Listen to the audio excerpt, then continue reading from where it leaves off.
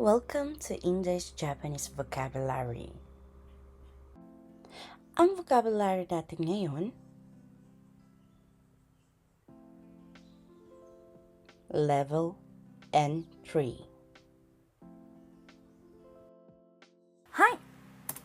Dewa, tsugi, Akiro-san. Nawala si Akiro-san. Ay. Yoroshiku onegai shimasu. Sandali lang po, pinapapasa lang po ako ni Tok-Tok. Ang hirap naman. Ayan, okay. Tok-tok ka na rin, te, ah. Naririnig ko lang po. Hi! Da, Akira-san. Maaari po kayong mag-use ng mic? Occasion this. Ano po yan? Occasion this. Okay ってことですか?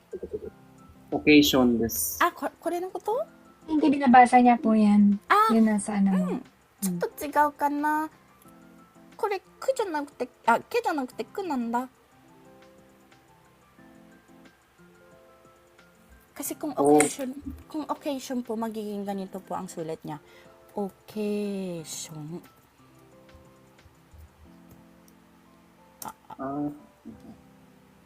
Magiging ganito po ang occasion kapag katakana. Hi. Marami po talaga po kasi po nagkakamali po sa ke. Ito po ke po. Ano? Yung kanina is ku. Okay. Occasion. Auction desu ne. Ano po ang auction sa Tagalog o kaya po sa English?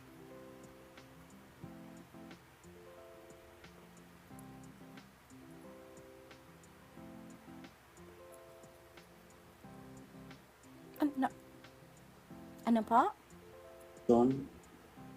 Wakarimasen sensei. 大丈夫です。Medyo malayo po yata po ang mic po natin. Hello po, sensei. Ayan, okay Subasta. pa. Auction this. Sa Tagalog po ang auction is subasta.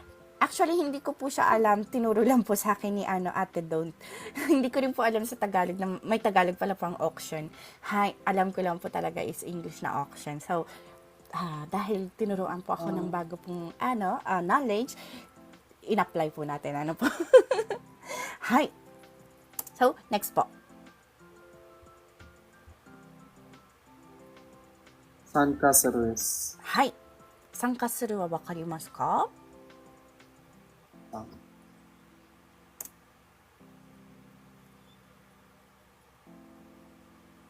Akiro-san, いなくならないで. Participation po. Join, participation, or sasali sa Tagalog po. Ano po? Or maaari rin po siyang attend. Ano po? Attend. Hi. So, dito po, tingnan niyo po Pag nagkaroon po ng ni, auction ni sankasuru, ano po ang magiging preposition po natin sa Tagalog? Sasali sa... So, sasali sa auction, sasali sa subasta. Hi, auction ni sankasuru. Hi, go lang po tayo. Auction po ulit, so jump na po. Hi, next po. Shinamono desu. はい、品物は何ですか?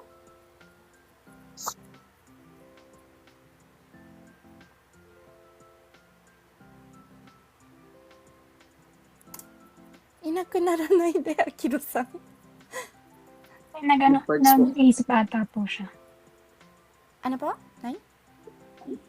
Mga paninda Isip po ata siya. Pero hindi niya po kailangan po mawala. Ano po yung internet? Ano po? Nawawala po internet ko.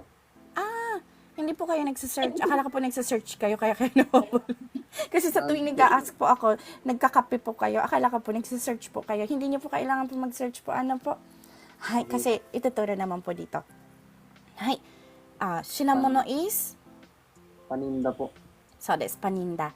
Nanode, ここで auction ni shinamono o dasu. Pag sinabi pong auction ni shinamono o dasu, ano po siya sa Tagalog? Maglabas ng paninda. So, desu, maglabas ng paninda sa auction or subasta. Ang gagaling po natin ngayon Hi. 次。シュビする。ごめんなさい。kulang po siya ng出品po to. どこだ出品。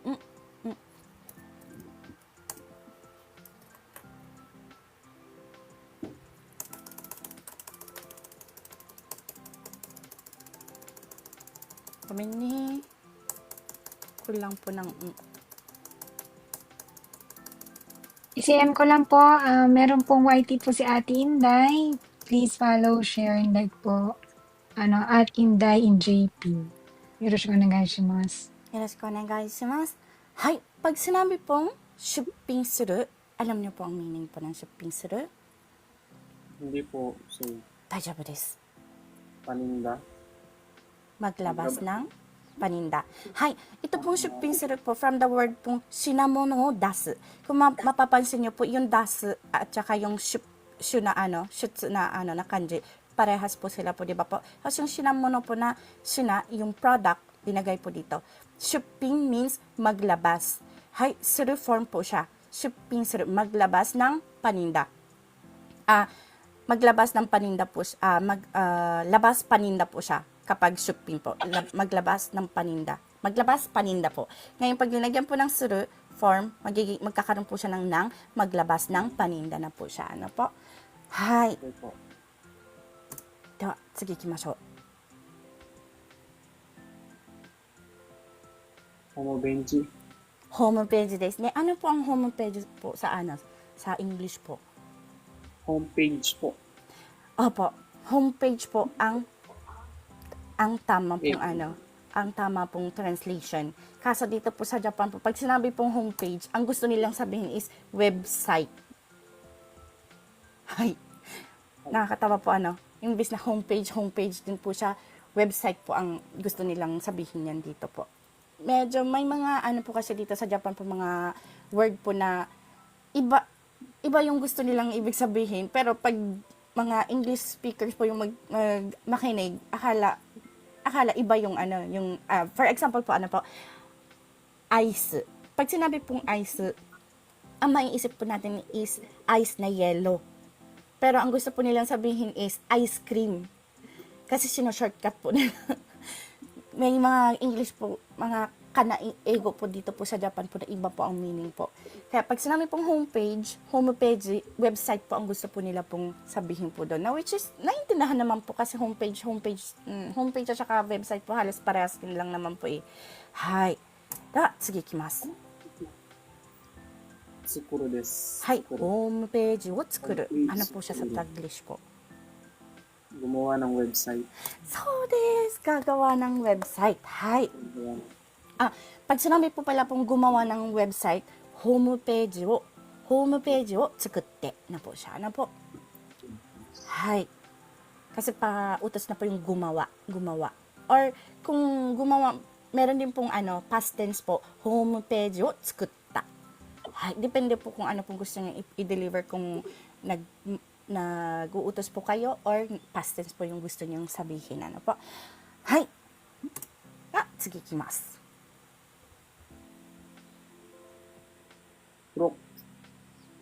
Broku desu.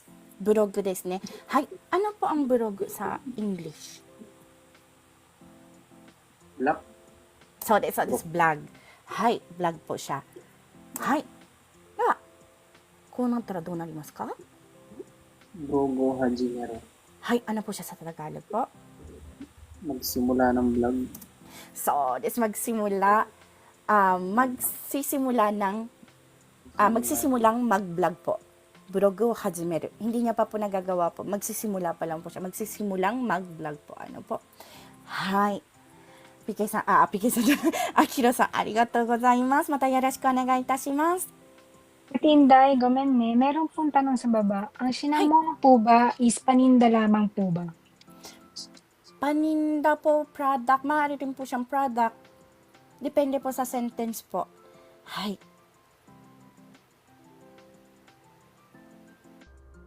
Ito po ay cut out from our free entry lesson class. Sa taong 2025, may free entry lesson class po tayo sa TikTok. tuwing MWF at 8 p.m. Japan time.